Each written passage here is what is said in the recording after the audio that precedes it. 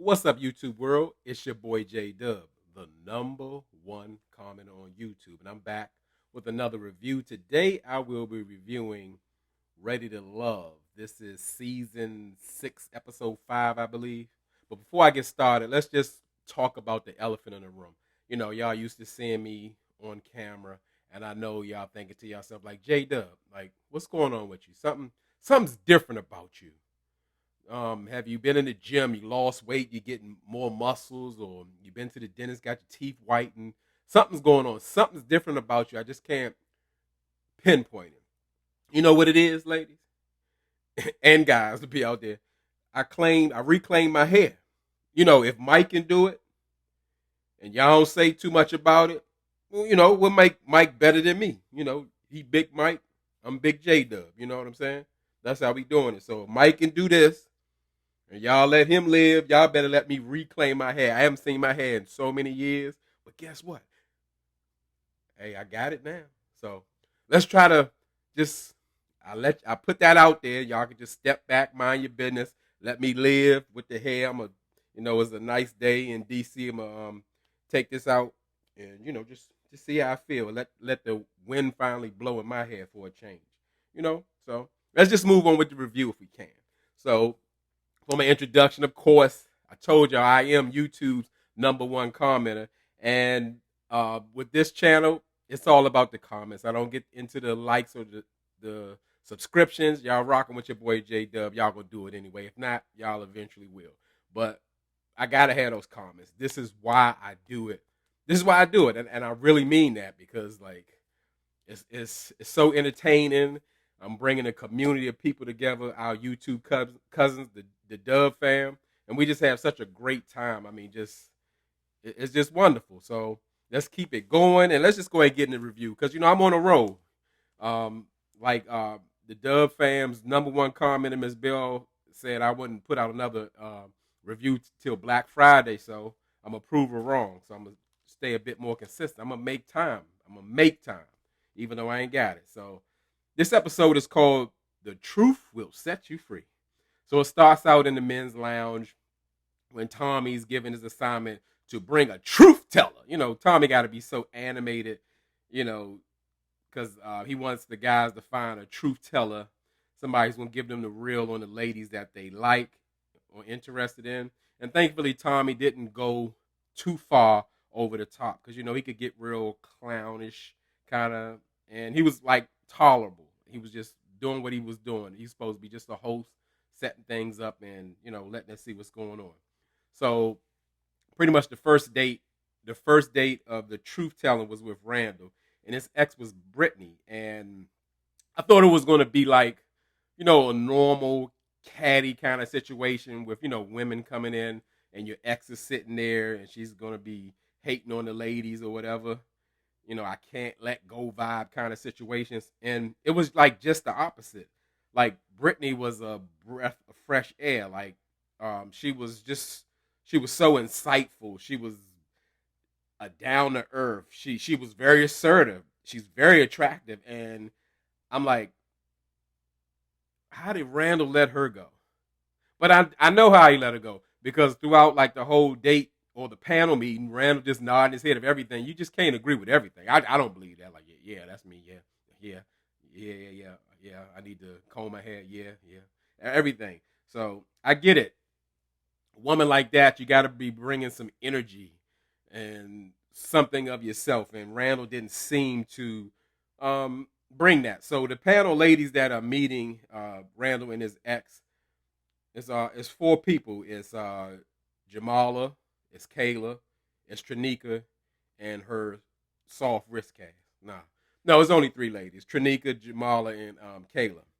And uh, immediately, Brittany complimented the ladies, just saying like how beautiful they were. They were really baddies, and and I thought, like I said, that was a wonderful way to start because that would kind of ease the ladies in when thinking like, oh, this lady ain't trying to interrogate me or come with the cattiness or mess. She was like really about the process and trying to get the job done for Randall. And I'm just thinking like OWN need to put Brittany on. Whether she put, but they need to put Brittany in charge of the ladies' lounge or give her own show or something to do with breaking down relationships or couples, because like she did a outstanding job. And Brittany started out with like an amazing question to the ladies. She was saying like, what are some of your goals like you have for yourself in like being in a relationship with Brandon? And pretty much we only got two answers. Trinika saying that she wants to really focus on being a full-time entrepreneur, and that I guess she's looking for a mate to complement that or maybe assist her with that so they can go in business together. You know, that is a goal. I don't know what Randall's goals are, and sometimes everybody doesn't want to be an entrepreneur. You know, that's not everybody's goal. But Jamala had like a kind of a weird answer, more so like because she's supposed to tell what her her goals are, like as far as accomplishing while being with Randall, and she was pretty much saying like it's more so she's focused on her organization skills, and that really Randall doesn't have any, so she's going to help him get along or whatever, or be more organized as a man. So Kayla, she didn't even answer. I mean, maybe she did, but editing didn't allow it. So um, I would say pretty much the ladies. I mean, everybody had a great time, and um, at the end, Brittany even affirmed all ladies, saying like all three of you ladies are amazing. You know, regardless of who Randall's going to pick and everything. And Brittany's assessment was saying that Kayla had that really soft, feminine energy, and I thought that was a great point. Um, is Kayla really into Randall like that? I don't know, because to me she looks at Mike a little different than she does Randall. And as far as Tranika, which I thought was dead on, she pretty much said Tranika didn't seem to give her genuine, authentic self. To me, it more seemed like Tranika was on a interview opposed to, I guess, meeting the ex and trying to get things understood or going. And as far as Jamala, what I said was she picked Brittany absolutely picked up on that. Jamala's goal was to focus on like making Randall better instead of telling her about her goals and what she wanted out of the, I guess more so what she wanted to do or be in the relationship with. And again, that's why I said the lady is like super insightful. And I kind of get it where Jamal is coming from, being a 40-plus-year-old woman. Um, at times it starts to get to let's build a husband kind of situation. Let me find a project that I can approve upon. But no, Jamala's bio says she's 33. I don't know. I don't know. But like I said, sometimes some women get in that kind of mindset where they're just going to improve upon the husband or build them a husband that needs a little building. So we're going to see who Randall picks, because we never really know. He doesn't really give that much. He'll just say, you know, I like you, or he'll go with the flow, or, you know, go into fake saying Olive, I love you, and all that kind of stuff. However, it's flowing. So yeah, I really wonder how this is going to turn out, who he's actually going to pick. And I'll say it again: if he does not pick Jamala, she's going to be devastated. You hear me? What I'm saying? Even on camera. So, so we see Mike's date. You know, Mike. I should have put some couple of lines on it like he did on the side. That might have been cool. But I think I got like a little wave thing going on. You know, look all right, like genuine Big Brother or something. I don't know. But tell me what you think in the comments. But anyway, Mike he's brought his family friend Jolanda, and she's meeting up with Kayla and Brandy. And I guess to give the shorter version, I really think Kayla and Mike have more so of a sexual energy going on, not like a true connection, like they really want to be in a relationship together. Brandy kind of gives the more genuine, like we're friends, we like each other, we want to be together kind of situation. It comes off because I could feel the energy even on camera. And I think Brandy kind of flexed on Kayla in that little meeting when she was just said out loud, like, hey, uh, Brandy said, Mike told me he want to snatch me up before anybody get to me. Like, he already like made his choice. All she had to do is say, let's go. And then it's wrapped and it's done. You can see you could kind of see Kayla was kind of bothered by, I guess Mike saying that about Brandy. And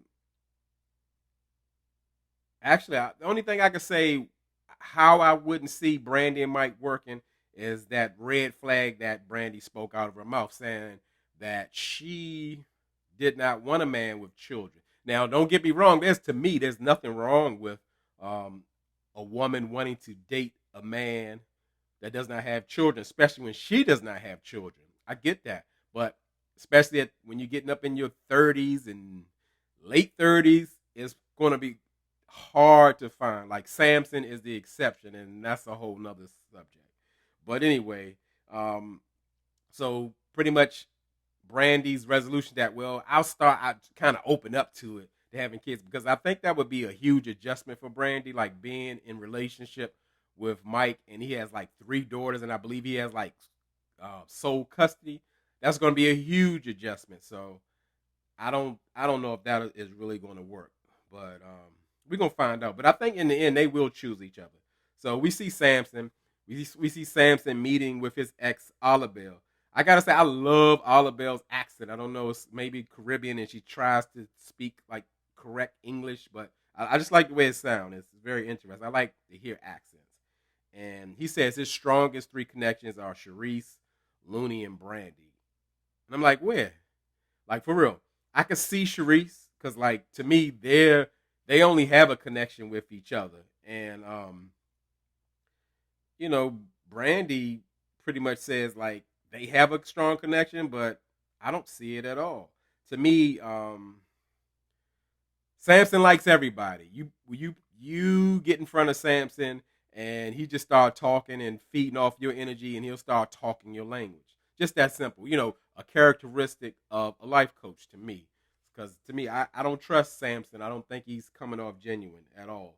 So, right in the little panel situation, Sharice, she's straight up all in. This like is her final test. She letting it known in front of everybody.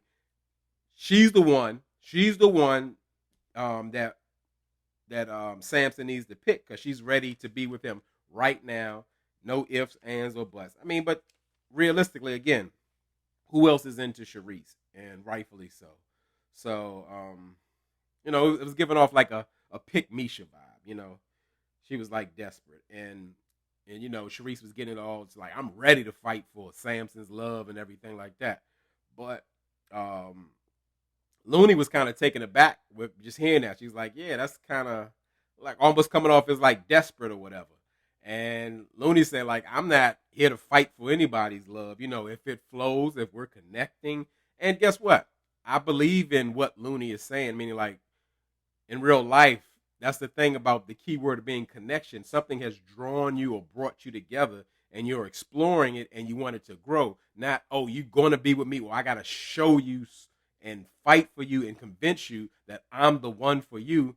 No, that's going to die down real fast after you win, and you'll get like Kristen from Married at First Sight, where she felt like she had to change her whole self just to be with you, and then now she hate herself and hate you because she felt she needed to change for you, which is that person's choice.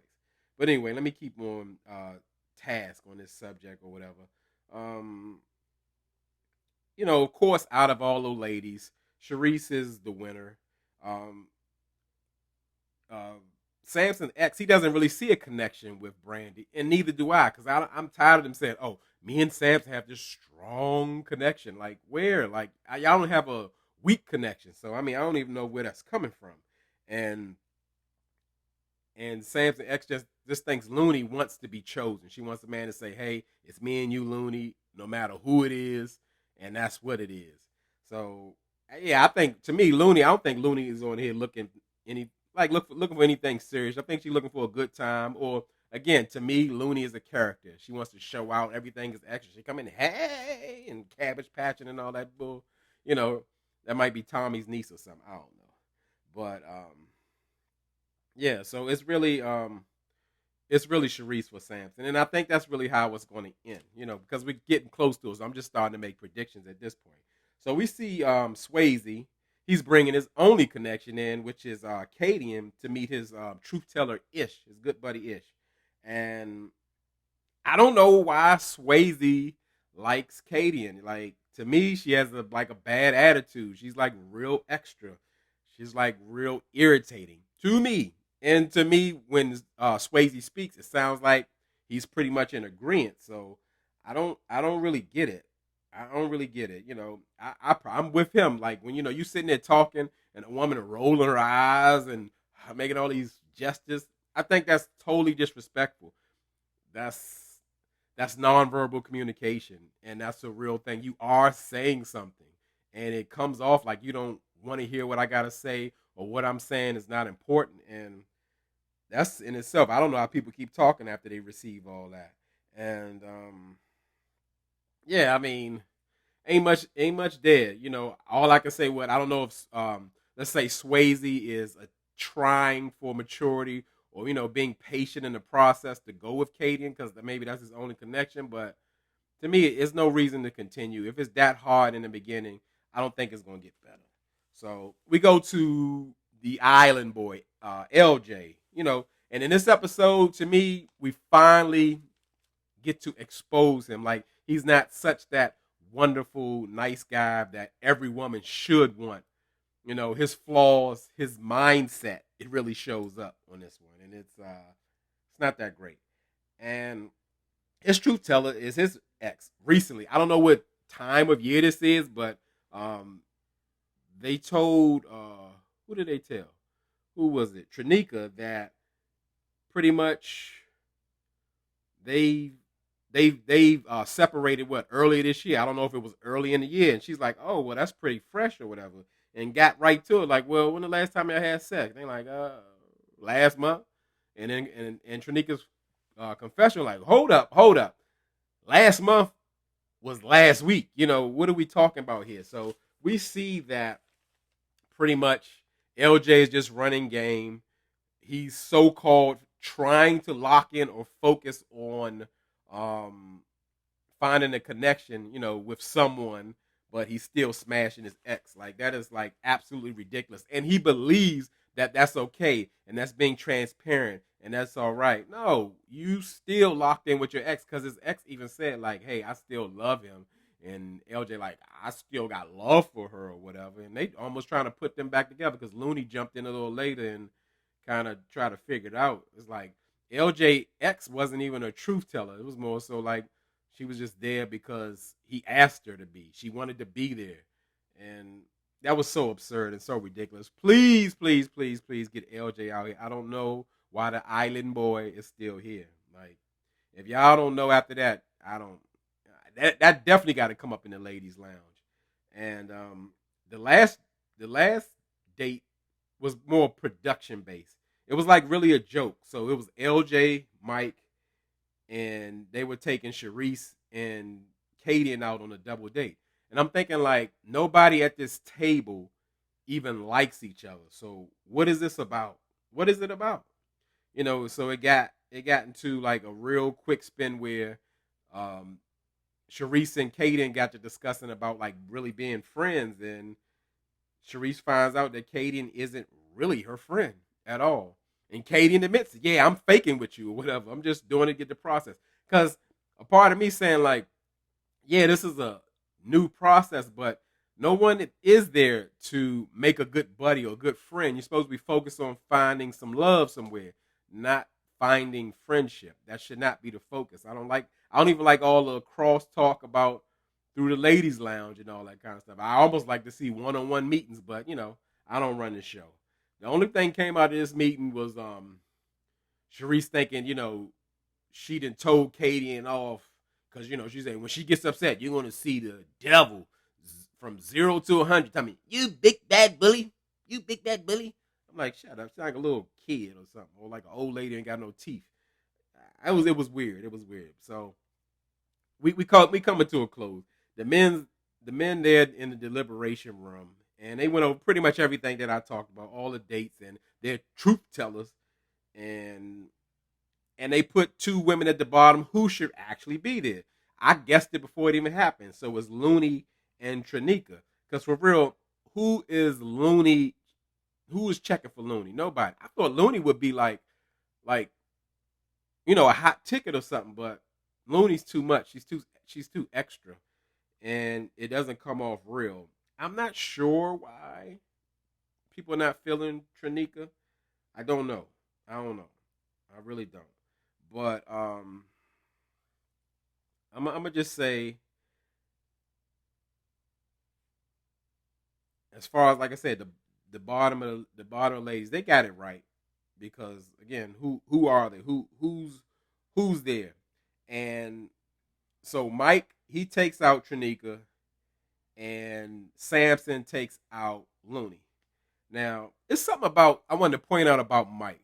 Not just because of the hair, not just because of hair. It's something about the way like he speaks to women. It's almost like he's grooming a teenager, whether it be a man or a boy. Like